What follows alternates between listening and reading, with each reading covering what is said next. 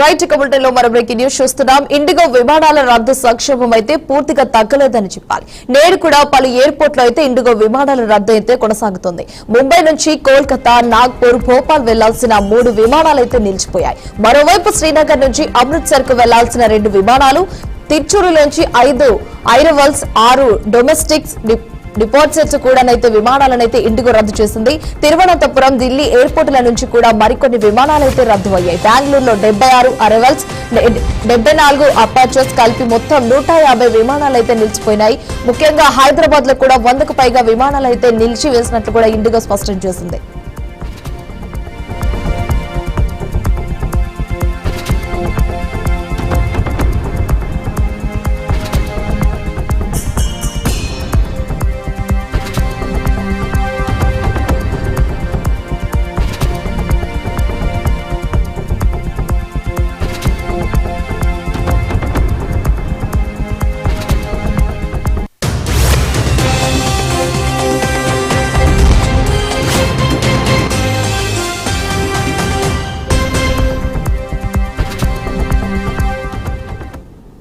ప్రయాణికుల ఇబ్బందులను దృష్టిలో ఉంచుకుని రైల్వే శాఖ ముంబై ఎయిర్పోర్ట్ లో ప్రత్యేక హెల్ప్ డెస్క్ లను ఏర్పాటు చేసింది. ఇది ప్రత్యామ్నాయ ప్రయాణ ఏర్పాట్లు, టికెట్ బుకింగ్స్ లో సహాయపడుతోంది. ఇవాళ దాదాపు 1500 విమాన సర్వీసులను అయితే నడపనున్నట్లు ఇండిగో అంచనా వేసింది. ఇండిగో మాతృ సంస్థ ఇంటర్ గ్లోబ్ ఏవియేషన్ రంగంలోకి దిగి సంక్షోభాన్ని అధిగమించేందుకు ప్రత్యేక బృందాన్ని నియమించింది. మరోవైపు డీజీసీఏ ఈ వ్యవహారాన్ని అత్యంత సీరియస్ గా తీసుకుంది.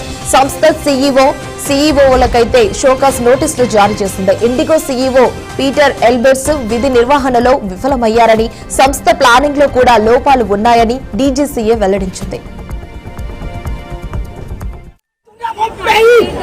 Je vais retourner mon pays, c'est fou qui a gaspillé mon billet. Alors, je vais mon billet. Je vais mon billet. Je perds mon billet. Je vais retourner en France. Je vais retourner en France. J'ai fait mon billet. Tout le monde, ils ont tout cancellé. Ils ont tout cancellé. Quand tu cancelles, il faut occuper des gens. Il faut occuper des gens. Il n'y a rien à manger. Il n'y a rien à dormir. J'ai fait mon billet. Je vais retourner à mon pays. Je vais retourner à mon pays. C'est un fou qui a gaspillé mon billet.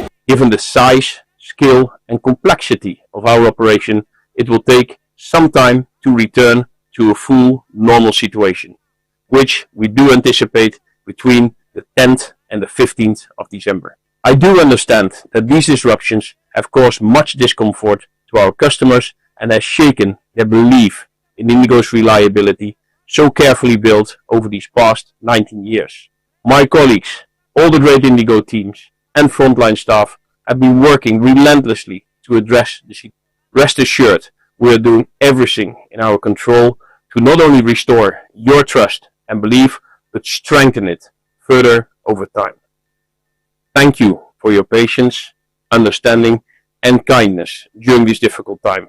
We shall keep you. Sudan లో దక్షిణ కార్డోఫాన్ రాష్ట్రంలోని ఒక శిశు పాఠశాలపై RSF drone దాడి జరిపింది. ఈ దాడిలో 50 మంది మృతి చెందగా అందులో 33 మంది చిన్నారులు ఉన్నట్లు స్థానికులు తెలిపారు. గాయపడిన పిల్లలకు చికిత్స అందించేందుకు పరిగెత్తిన వైద్యులపై కూడా రెండోసారి డ్రోన్ దాడి జరిగిందని వైద్యుల సంఘం ఆరోపిస్తోంది. ఈ ఘటనకు అంతర్జాతీయ మానవ హక్కుల సంస్థలు డబుల్ అటాక్ అని పేర్కొని వారు క్రైమ్ కిందకి వస్తుందని ఆగ్రహం వ్యక్తం చేస్తున్నారు. సమాచారం అందుకున్న రెస్క్యూ బృందాలు ఘటన స్థలానికి చేరుకుని సహాయక చర్యలు చేపట్టారు. పాఠశాల శిథిలాల కింద ఇంకా చాలా మంది పిల్లలు మట్టి గుంతల్లో చిక్కి ఉండవచ్చని కూడా రెస్క్యూ బృందాలు స్పష్టం చేశాయి. సుడాన్ లో యుద్ధం రోజు రోజుకి వికృత రూపాన్నైతే దాలుస్తుంది. మరణాల సంఖ్య ఇంకా పెరిగే అవకాశం కూడా ఉన్నట్లయితే రెస్క్యూ బృందాలు స్పష్టం చేశాయి.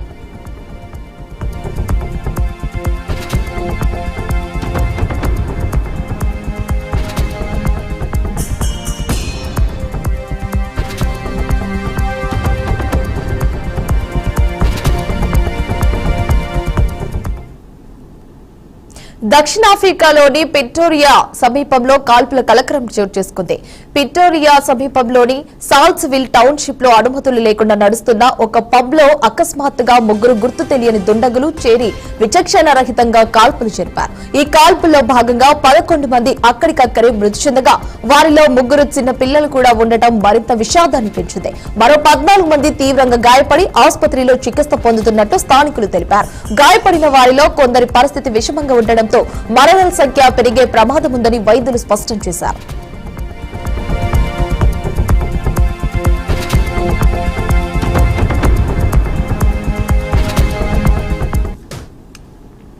ఘటనా స్థలంలో ఎస్కాట్ పోలీస్ బలగాలు భారీగా మోహరించబడ్డాయి. అయితే దానికి పాల్పడిన ముగ్గురు వ్యక్తుల గుర్తించి కూడా ఇంకా తెలియరాలేదని అధికారులు చెప్పారు.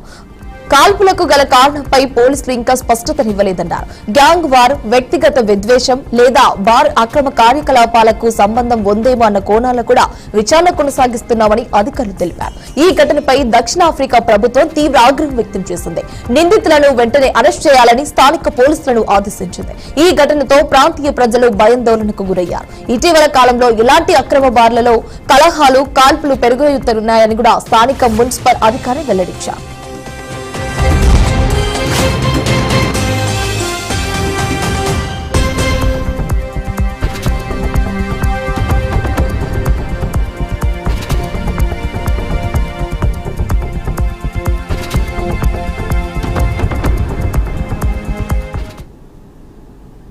ఉమ్మడి శ్రీకాకుళం జిల్లా రాజపట్టణంలో దొంగ రెచ్చిపోయాడు. అర్ధరాత్రి స్థానిక తిరుమల కాంప్లెక్స్ లో 2 సెల్ పాయింట్లు, టైలరింగ్ షాపులో దుండగులు చొరబడ్డారు. ఓ సెల్ పాయింట్ లో తులం బంగారం, 10,000 నగదు, మరో సెల్ పాయింట్ లో 15,000 నగదును దొంగ దోచుకున్నాడు.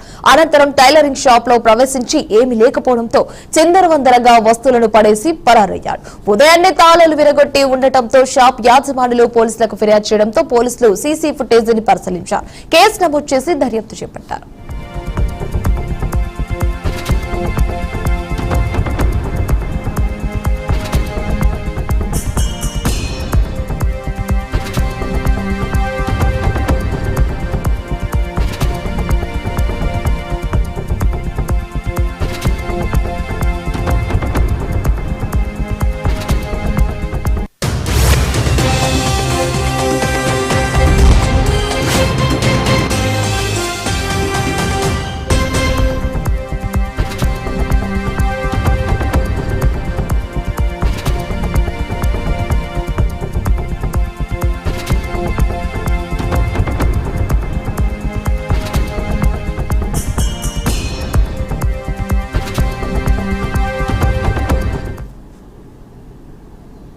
డ్రగ్స్ వద్దు బ్రో, సైకిల్ తొక్కు బ్రో అంటూ అనంతపురంలో అవగాహన ర్యాలీ చేపట్టారు.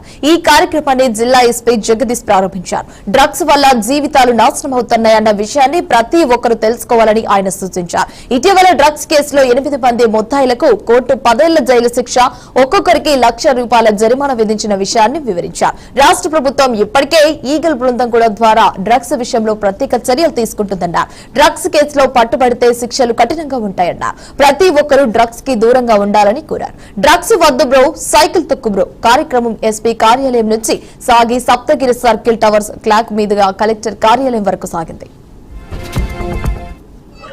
ఆనరబుల్ సీఎం గారు మరి డీజీ గారి ఇన్స్ట్రక్షన్స్ మేరకు అక్రాస్ ద స్టేట్ డ్రగ్స్ వద్దు బ్రో అనే ఒక క్యాంపెయిన్ భాగంగా మరియు ఫిట్ ఇండియా క్యాంపెయిన్ భాగంగా ప్రతి జిల్లాలో కూడా సైకిల్ ర్యాలీ ఒకటి చేస్తూ తద్వారా డ్రగ్స్ గురించి అవగాహన కల్పించే ప్రయత్నం జరుగుతుంది. దాంట్లోనే భాగంగా ఈరోజు అనంతపురం జిల్లాలో కూడా ఈ కార్యక్రమం ఏర్పాటు చేయడం జరిగింది.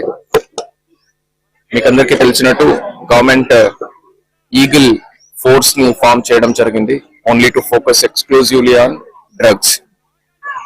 సో పెద్ద డ్రగ్ స్మగ్లింగ్ ఉండొచ్చు, డ్రగ్ కన్సంప్షన్ ఉండొచ్చు, దీని మీద ఫోకస్ చేస్తూ అవేర్నెస్ ప్రోగ్రామ్స్ ని రెగ్యులర్ గా పబ్లిక్ లో తీసుకొస్తూ దాంతో పాటుగా ఎన్ఫోర్స్మెంట్ మీద కూడా రెగ్యులర్ గా ఫోకస్ చేయడం జరుగుతుంది.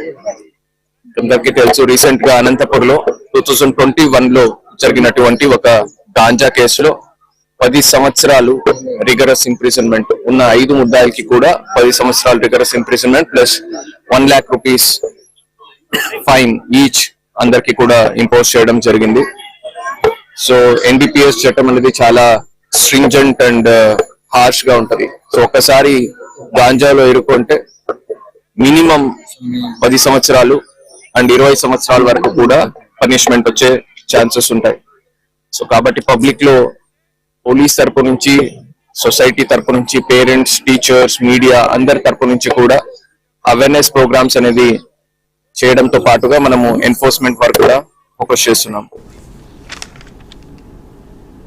హైదరాబాద్ ఉప్పల్ క్రికెట్ స్టేడియంలో ఫుట్బాల్ స్టార్ లియోనెల్ మెస్సీ రానున్న నేపథ్యంలో ముందస్తుగా పోలీసులు బందోబస్తునైతే కట్టుదిట్టం చేశారు. మెస్సీ ఇప్పటి వరకు స్టేడియానికి రానప్పటికీ భద్రత చర్యల కోసం అన్ని విభాగాల పోలీసులు స్టేడియం పరిసరాల్లో మోహరించారు.